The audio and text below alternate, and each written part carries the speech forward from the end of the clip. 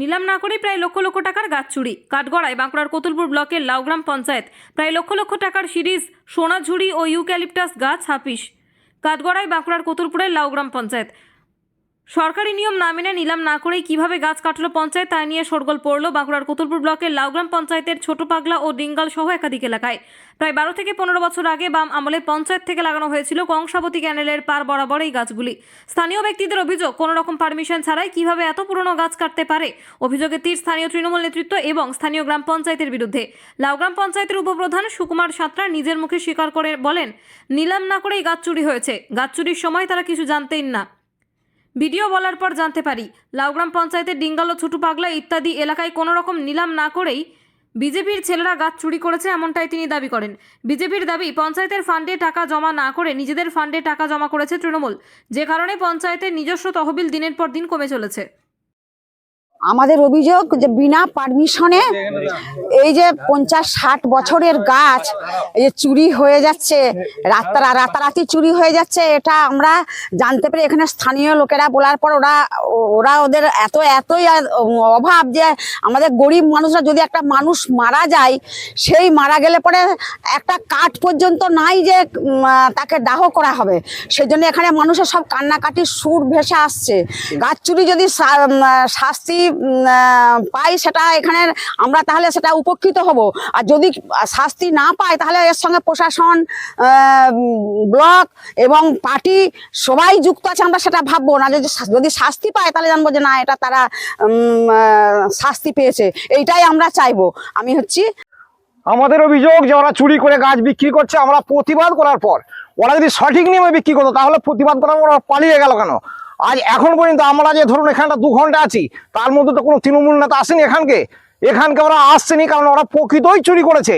এবং গোটা অঞ্চলব্যাপী ওরা একটা সামান্য জায়গা নিলাম করে গোটা অঞ্চলটাকে দেখিয়ে ওরা কয়েক কোটি টাকার গাছকে বিক্রি করে দিচ্ছে। এরকমই আমাদের অভিযোগ। ওরা বালি চুরি করেছে, কয়লা চুরি করেছে, পাথর চুরি, আপনার কি বলবো, বেকার ছেলেদের চাকরি চুরি, সেটা আমরা সবাই দেখতে পাচ্ছি। স্থানীয় মানুষ ওদের অত্যাচারে খুব সন্ত্রাসে বাস করছে। আমাদের অভিযোগ, লাউগ্রাম পঞ্চায়েতের এই যে ক্যানেল পাড়ের যে গাছ দেখছেন, গোটা লাউগ্রাম অঞ্চল জুড়ে কোনো নিলাম ছাড়াই, কোনো পারমিশন ছাড়াই হাজার হাজার কোটি টাকার গাছ রাতারাতি পাচার করে দিচ্ছে। তৃণমূল বালি খেয়েছে, কয়লা খেয়েছে, গরু খেয়েছে, জব কার্ডের টাকা খেয়েছে, পায়খানা ঘর খেয়েছে। এখন কোনো কিছু না পেয়ে কি করছে, গাছগুলোকে খেয়ে নিচ্ছে। এই যে 50 বছর 60 বছরকার গাছ, যে গাছগুলো হাজার হাজার টাকা দাম, সেই গাছগুলোকে এরা রাতারাতি পাচার করে বিক্রি করে দিচ্ছে। এই যে গাছগুলোকে পাচার করছে, এর সাথে নিশ্চয়ই প্রশাসন যুক্ত আছে। একটা ব্যক্তি, তৃণমূলের নেতা, যদি এই গাছগুলোকে বিক্রি করে, সেটা নিশ্চয়ই তার মদতে হবে না। এর সাথে গোটা পঞ্চায়েত যুক্ত আছে, প্রশাসনের আধিকারিকরা যুক্ত আছে। নাহলে দিনে দুপুরে কিভাবে গাছগুলোকে বিক্রি করে দিতে পারে? আপনার নাম, পরিচয়? আমার নাম সুমন মণ্ডল, বিজেপির জেলার দায়িত্বে আছি। যে বিজেপির ছেলেরা এই জিনিসগুলো সব করছে, বুঝলেন? কি করছে? ওই চুরি চারা করে গাছ বিচে দিচ্ছে, প্লাস হুমকি দেখাচ্ছে, নানা রকম বিভীষিকা দেখাচ্ছে। এই যে গাছ কেটে যে নিয়ে যাওয়া হচ্ছিল বা চুরি করে নিয়ে পাচার হচ্ছিল, আপনারা জানতেন কি? না, আমরা এটা জানতাম না। অত তো আমরা পঞ্চায়েতে থাকি, অত তো আমরা কিছু বুঝতেই পারলাম না। শেষকালে বিডিও সাহেব বললেন যে এরমভাবে এসে বললেন যে গাছটা বিক্রি হচ্ছে, আপনারা জানেন তো। তাতে করে আমরা দেখব যে ওটা মদ ফরত খাটেনি।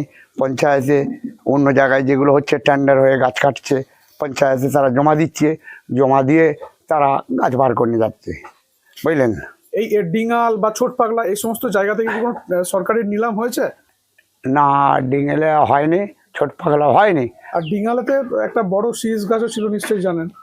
সেই সিরিজ গাছ থেকে শুরু করে বাবলা গাছ সব মানে কেটে কিছু নিয়ে চলে গেছে, কিছু পড়ে আছে। তাহলে এটা কারা করেছে মনে করছে? এটা বিজেপির ছেলেরা করাচ্ছে, এরকম তা বিধানমণ্ডল করাচ্ছে। ওটা